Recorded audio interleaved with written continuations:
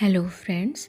आज हम बात करेंगे एक प्ले के बारे में जिसको लिखा है विलियम शेक्सपियर ने, और उस प्ले का नाम है द मर्चेंट ऑफ वेनिस, जो कि बहुत ही फेमस प्ले है विलियम शेक्सपियर का। इस प्ले की शुरुआत होती है वेनिस शहर से। एंटोनियो नाम का एक व्यापारी वेनिस शहर में रहता था। वह बहुत ही दयालु और धनी था। वेनिस के लोग भी उसे बहुत पसंद करते थे। उसके पास कई जहाज़ थे जिसे वह धन कमाता था। उसके जहाज़ कई जगह अफ्रीका, चीन, जापान जाते थे और वहाँ से लाए गए सामान को वो यूरोप में बेचता था और काफ़ी पैसा कमाता था। तो ओवरऑल जो एंटोनियो है वो एक पोलाइट बिहेवियर वाला रिच मर्चेंट था। और वेनिस का जिसके ऊपर ये जो प्ले है द मर्चेंट ऑफ वेनिस, ये उसी के ऊपर बेस्ड है। इस प्ले में दूसरा इम्पॉर्टेंट करेक्टर है बसेनियो, जो कि एंटोनियो का बहुत अच्छा दोस्त है, पर फाइनेंशियली ये थोड़ा वीक है और इसने कई लोगों से पैसे उधार ले रखे हैं। बसेनियो जो है चाहता है वो किसी अमीर लड़की से शादी करके अपनी लाइफ को सेट कर ले। उसे एक लड़की पसंद आ भी जाती है जिसका नाम है पोर्शिया, जो कि इस प्ले में बहुत इम्पॉर्टेंट कैरेक्टर है पोर्शिया। और बसेनियो उसको पसंद करता है और चाहता है कि वो उससे शादी कर ले, पर आर्थिक रूप से वो इतना रिच नहीं है, फाइनेंशियली वीक है, तो वो कि पोर्शिया से शादी कर सके। तो क्या करता है वो अपने फ्रेंड एंटोनियो की मदद लेता है और उसको बोलता है कि वो उसे कुछ पैसे उधार मांगता है और कहता है उसको कुछ पैसों की मदद कर दे ताकि वह पोर्शिया से शादी कर सके। अब एंटोनियो जो है वो एक व्यापारी है और उसने अपना सारा पैसा जो है समुंदर में चल रहे जहाज़ों पर खर्च कर दिया है। एंटोनियो के पास अभी इतने पैसे नहीं होते कि वो बसेनियो की मदद कर सके। तो एंटोनियो बसेनियो से कहता है कि मेरे पास फ़िलहाल तो इतने पैसे नहीं हैं, तुम एक काम करो, तुम मेरे नाम से किसी से भी उधार पैसे ले लो। जब मेरे जहाज़ वापस आ जाएंगे तो जो भी तुम्हारा उधार होएगा वो मैं चुका दूंगा। अब बात करते हैं उस लड़की पोर्शिया के बारे में। पोर्शिया जो है वेनिस की एक जगह बेलमोंट पर वह पोर्शिया रहती है। वो बहुत अमीर फैमिली से है। पोर्शिया के जो पिता है उन्होंने एक एक्चुअली वसीयत की हुई है, पोर्शिया के नाम पर एक विल बना रखी है। अब ये जो वसीयत है वह थोड़ी सी अजीब है। वसीयत में कुछ ऐसा है कि अगर किसी लड़के को पोर्शिया से शादी करनी है तो कुछ शर्तें पूरी करनी होगी। शर्तें कुछ इस हिसाब से होती हैं, जैसे एक पहेली दी जाएगी, उस पहेली को सुलझाना है, 3 संदूक होंगे, कास्केट होंगे, मतलब एक कास्केट होगा सोने का, एक होगा चांदी का और एक होगा शीशे का। जो भी पोर्शिया से शादी करना चाहता है उसे वो सही वाला संदूक है उसे चुनना होगा, उसको सिलेक्ट करना होगा, तो तभी पोर्शिया की शादी उस इंसान से हो सकती है जो सही वाला संदूक है उसको चुनेगा। कुछ लोग आते हैं पोर्शिया से शादी करने के लिए, उनके सामने संदूक रखे जाते हैं, लेकिन कोई भी जो सूटर होता है पोर्शिया से शादी करने के लिए आता है वो सही संदूक को, सही कास्केट को नहीं सिलेक्ट कर पाता। इससे पोर्शिया काफ़ी निराश हो जाती है। उसे लगने लगता है कि ऐसे तो उसकी शादी कभी नहीं हो पाएगी। इसके बारे में उसकी एक सर्वेंट है नेरिसा, इसके बारे में उसको बताती है। नेरिसा से वो अपने मन की बात हल्की करती है। दूसरी तरफ बसेनियो जो कि पोर्शिया से शादी करना चाहता है और उसी के लिए वो पैसे इकट्ठे कर रहा है, तो उसे एक इंसान मिल जाता है जो उसको पैसे दे सके, और उस इंसान का नाम होता है शाइलॉक। शाइलॉक इस प्ले में एक विलन है, एंटेगोनिस्ट है।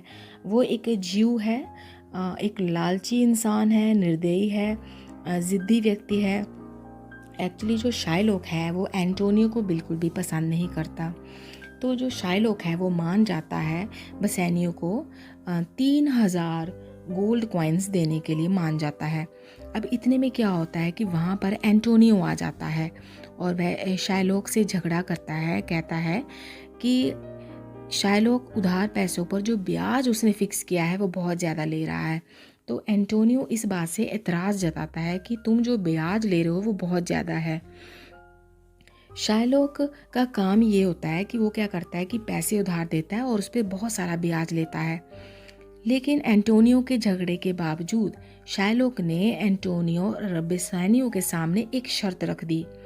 उसने कहा कि मैं 3 महीने के लिए पैसे दूंगा, वह भी बिना किसी ब्याज पर। वो कहता है कि मैं ब्याज नहीं लूँगा, पर मेरी एक शर्त है कि अगर मुझे मेरे पैसे सही टाइम पर नहीं मिले तो मैं एंटोनियो के शरीर से 1 पाउंड मांस जो है ना वो निकाल लूँगा।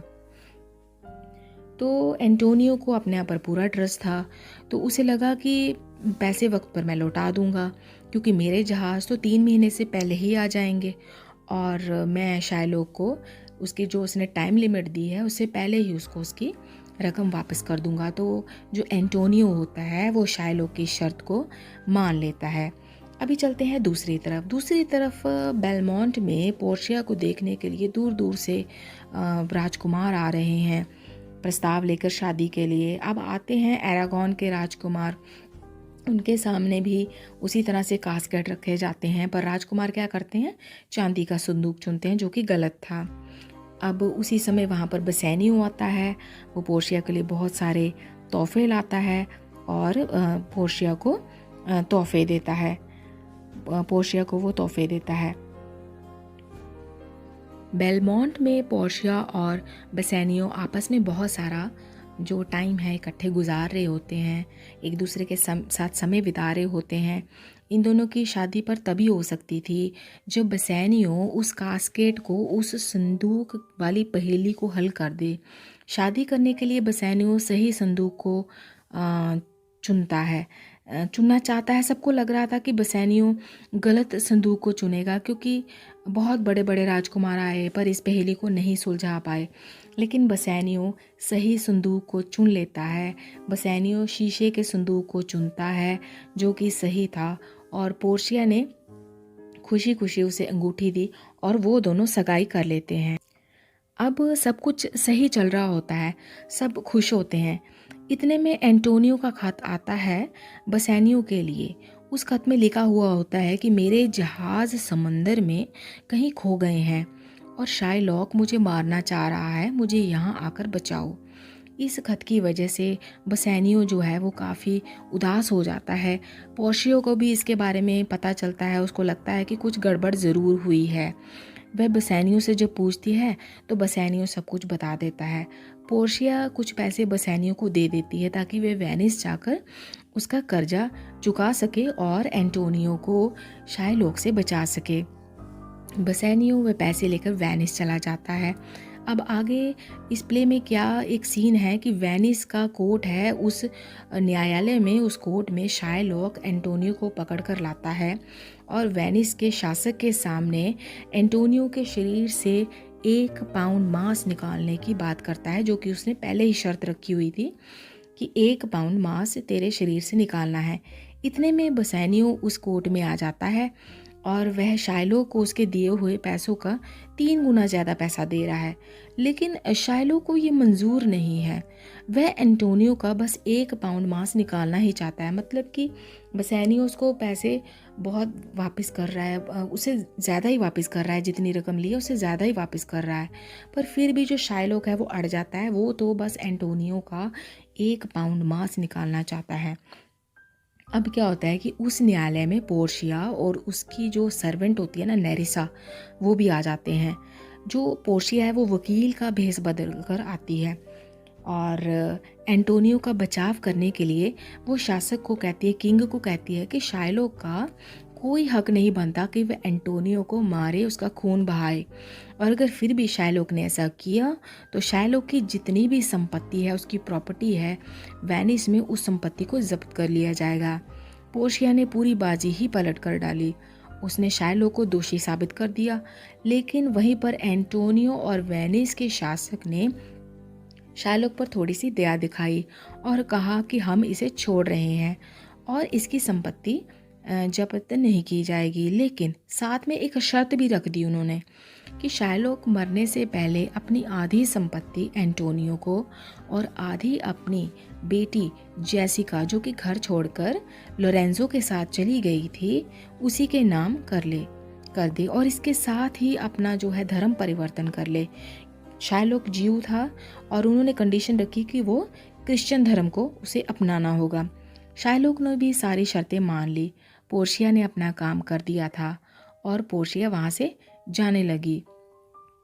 इस तरह से पोर्शिया ने बड़ी ही समझदारी से एंटोनियो को शायलोक की चालाकी से बचाया